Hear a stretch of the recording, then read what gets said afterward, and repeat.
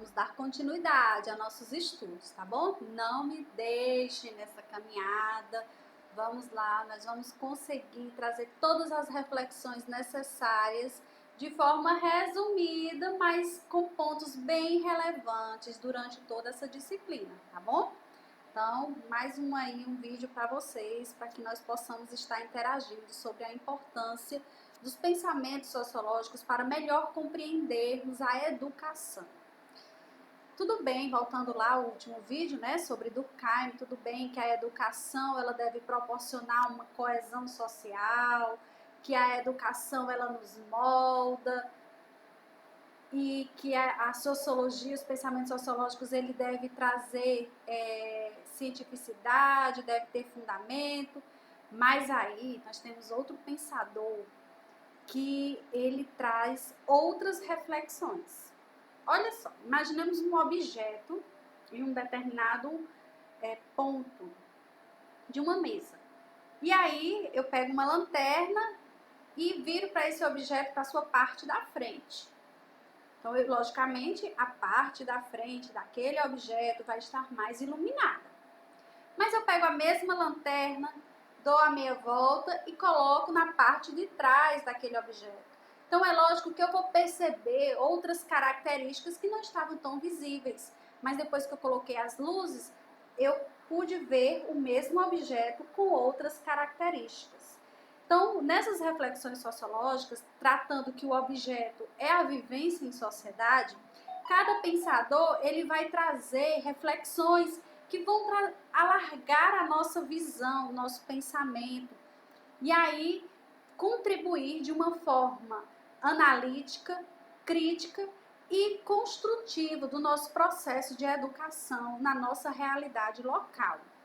Certo? Então, o Karl Marx, olha só, é o barbudinho, como se chama, é o pensador que trouxe muitos questionamentos, grande turma aí apoiando, concordando 100% com Karl Marx, outra turma apoiando, concordando, discordando 100% de Karl Marx, e tem outra turma que pega um pouquinho, mas tem aquela sua criticidade, mas que aproveita muito das suas reflexões para os momentos atuais. Então, nós vamos relembrar um pouco, porque talvez até alguns de vocês já tenham se dedicado bastante ao conhecimento das leituras, das compreensões, das teorias que Karl Marx trouxe. Ele foi tão impactante para a sua época que ele levou o título aí de filósofo, de economista, de jornalista, historiador e até sociólogo. Isso devido ao impacto que suas reflexões trouxe para a sociedade.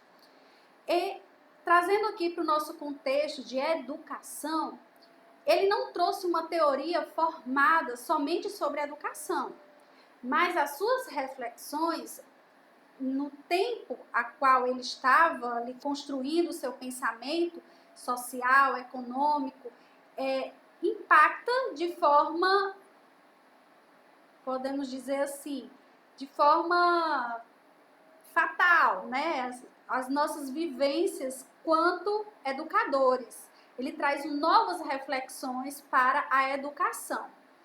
Então, sociedade, educação e emancipação. A importância, ele vai trazer a importância de uma educação libertadora, de uma educação emancipadora do sujeito. Porque até então, nós vimos até no outro autor, né, Durkheim, nós vimos a educação como meio para manter a coesão social.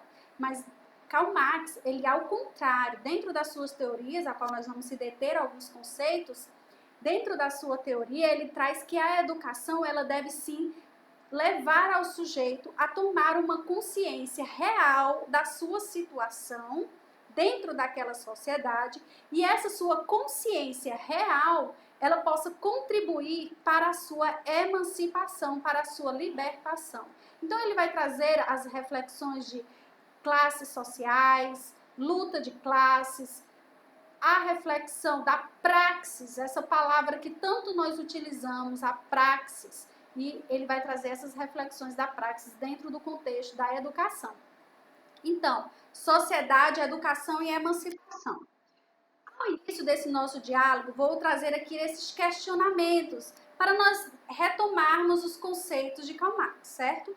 O que existe por trás das aparências dessa nova, maravilhosa e terrível realidade parida fósseis pela moderna ordem industrial capitalista? Como assim? Ele vai trazer, lembrando que o seu tempo é marcado por grandes revoluções, a Revolução Francesa, a Revolução Industrial.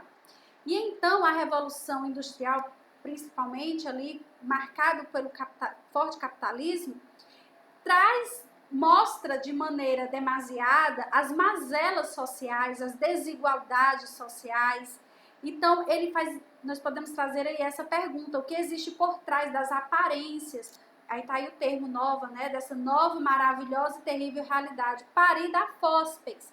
Aquele termo, né? Parido de forma brusca, de forma inesperada, a força, obrigado, que o capitalismo ele levou para a sociedade. Nós sabemos que antes nós tínhamos os nossos meios de produção, a agricultura, o artesanato, era tudo de forma primária.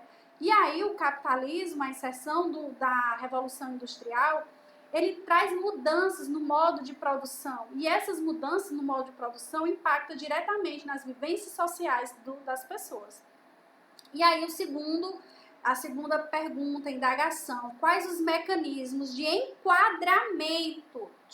Quais os mecanismos para que o sujeito caiba, entre, fique,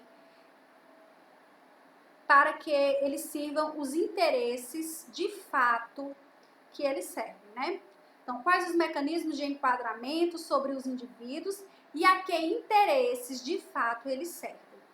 Então, há mecanismo para que o sujeito ele permaneça na condição de empregado, de subordinado e que sirva aos interesses da sociedade burguesa, da sociedade dominante. Há mecanismo para que o sujeito ele se torne e aceite essa situação de dominado. Então, quais são os mecanismos que são utilizados? A terceira indagação, que forças sociais emergentes neste novo momento histórico são capazes de controlar as consciências dos homens? Então, ele propõe aí forças sociais emergentes, essas forças sociais estar dentro da política, ele propõe a educação, mas tudo a partir da consciência individual do sujeito de estar sendo subordinado a um sistema a qual tira toda a sua característica como ser humano, como pertencente daquela sociedade.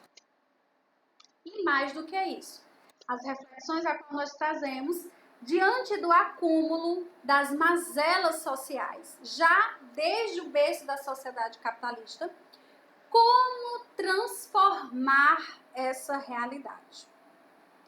Como impedir que os muitos que estão por baixo sejam esmagados pelos poucos que estão por cima? Então, como pode impedir essa tal situação? Será que o ato de educar pode ser algo mais que o mecanismo de manutenção da ordem? E aí, fatal essa pergunta para nós, né? De grande importância. O ato de educar, qual é a importância do ato de educar dentro de uma sociedade? Ele propõe, né, o Karl Marx, ele vai propor, diferentemente de Durkheim, que o ato de educar para Durkheim estar ali para manter uma ordem social, a coercitividade, para que o sujeito seja integrado na sociedade. Isso é a luz de Durkheim. E olha que eles estão na mesma época. É aquela questão lá que eu disse que eles têm pontos de vista diferentes, né? É o mesmo objeto sendo visto por ângulos diferentes. Então, o ato de educar, nós devemos ver de uma forma, deve ser observada como um mecanismo para trazer a transformação social. Última pergunta aí. Será possível educar para a emancipação do homem, para livrá-lo de toda a opressão que o esmaga? Seria possível essa educação ser emancipadora? Para Karl Marx, ele responde que sim. desde que a escola ela não esteja para servir aos objetivos dos burgueses, aos objetivos dos dominantes, aos objetivos do Estado. Então, para isso, ele defende a ideologia de que a escola ela seja autônoma dos interesses dominantes que tem naquela sociedade. As obras do alemão Karl Marx têm como seu objeto de pesquisa principal a sociedade capitalista. Então, ele vai se deter os seus estudos à sociedade capitalista, a estudar o capital, a estudar os modos de produção, ao trabalho, os meios de exploração do trabalhador. Toda a sua teoria está em torno do capitalismo. Sua obra é bastante vasta, contemplando temas especificamente econômicos, filosóficos, históricos, antropológicos e sociológicos. Ele olhou à sua volta e percebeu que, para além dos sinais aparentes de miséria e sofrimento das classes trabalhadoras, havia um processo histórico. Aquilo não estava acontecendo assim, vamos lá explorar o trabalhador? Não, já vinha de um processo histórico.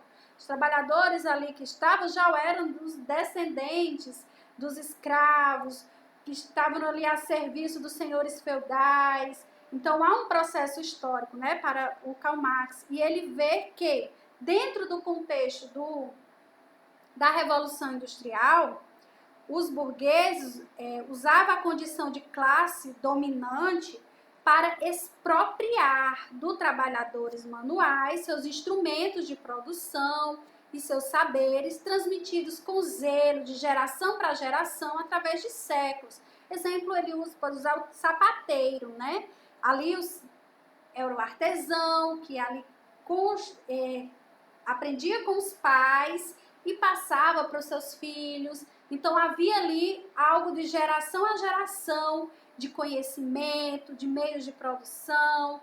E o processo industrial era como se ele expropriasse, era como se ele tomasse aquilo ali e tomasse para si e ainda se utilizava da força de trabalho destes que perdiam totalmente o domínio das suas áreas, o domínio das suas formas, a qual ele desenvolveu há anos. Então, ele considera isso daí uma expropriação e mais na frente uma exploração. Marx combinou em seu pensamento duas perspectivas diferentes. Olha aí aquela palavra mágica para nós educadores. A praxis. Por um lado, o pensamento analítico, que pretende ver a realidade como ela é, conceitualmente. Então, ele defende uma educação que há conceito, né? Que as pessoas devem tomar consciência dos conceitos éticos, dos conceitos científicos. Ele foi um praticante das ciências sociais. Por outro lado, seu pensamento é normativo. Isso pretende vislumbrar como a realidade deveria ser.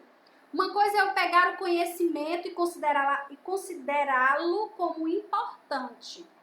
Outra coisa é eu me utilizar deste conhecimento importante e este ser útil para mim, para mudar a realidade a qual eu estou. Então, está aí o conhecimento, está aí a defesa dele de uma praxis, né? Por outro lado, já falei, normativo, para ele não deve haver contradição entre a teoria e a prática. A realidade se expressa e o futuro desejado está contido no presente odioso.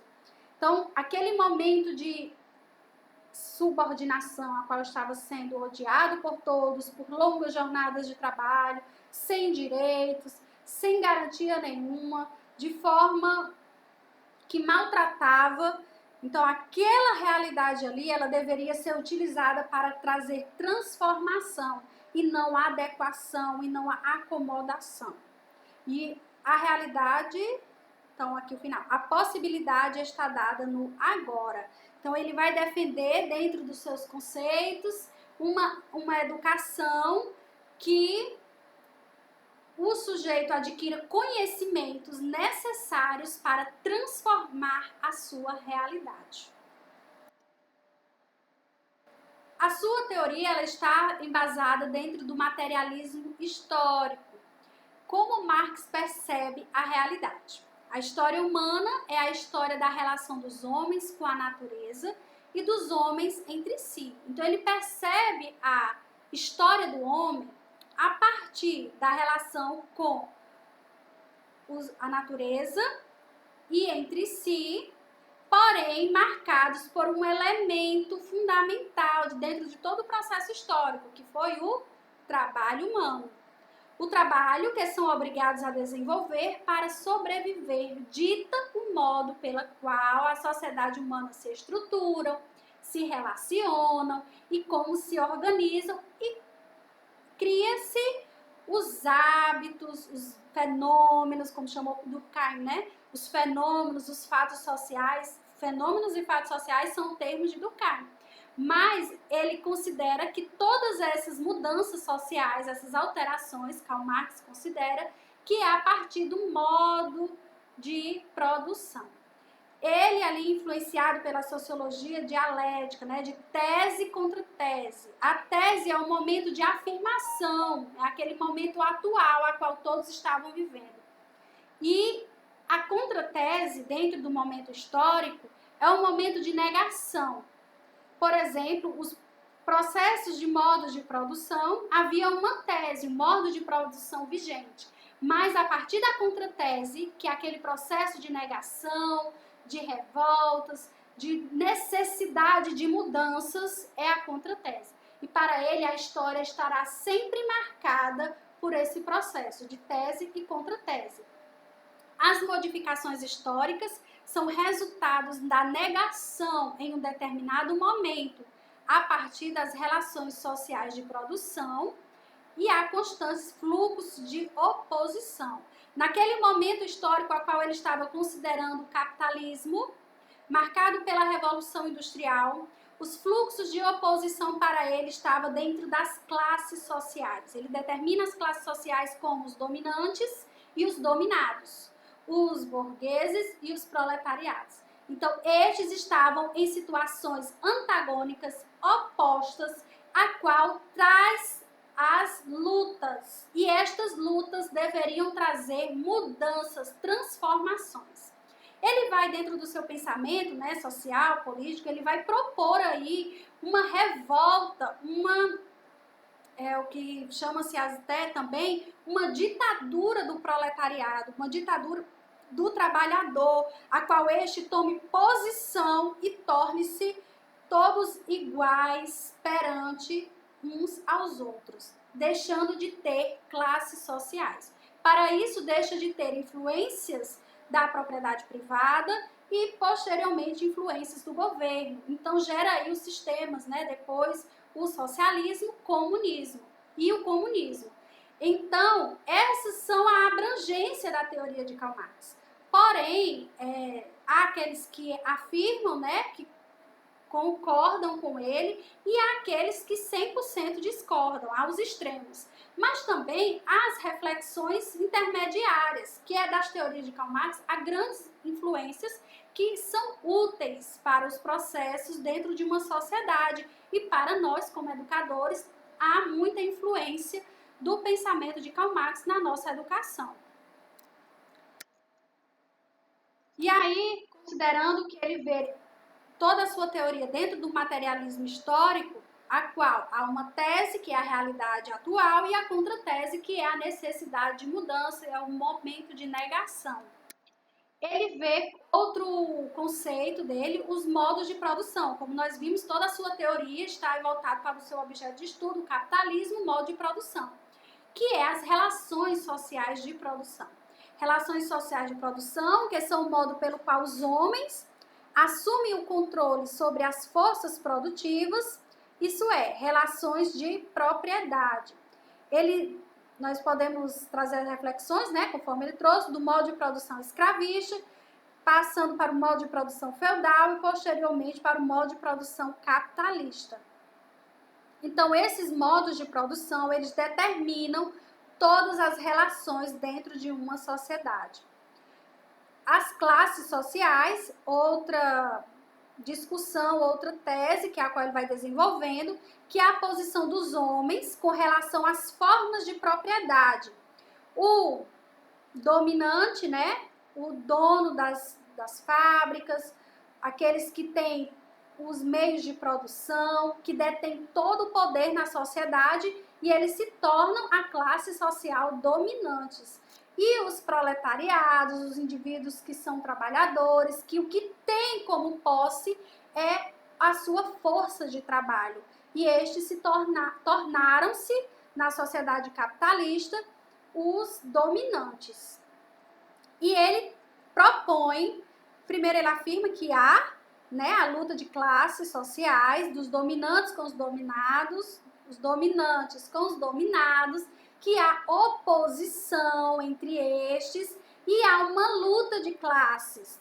E esta classe oprimida, política, economicamente dominada, insurge, ele propõe, né, que essa classe insurge contra o predomínio da classe dominante. E o que move a história, segundo Karl Marx, é esta luta de classes. Então, gente, nós vamos dar uma pausa, considerando aí que já vimos os objetos de estudo, o início das reflexões de Karl Marx, e no próximo vídeo nós iremos retomar justamente com as formas de consciência, ok?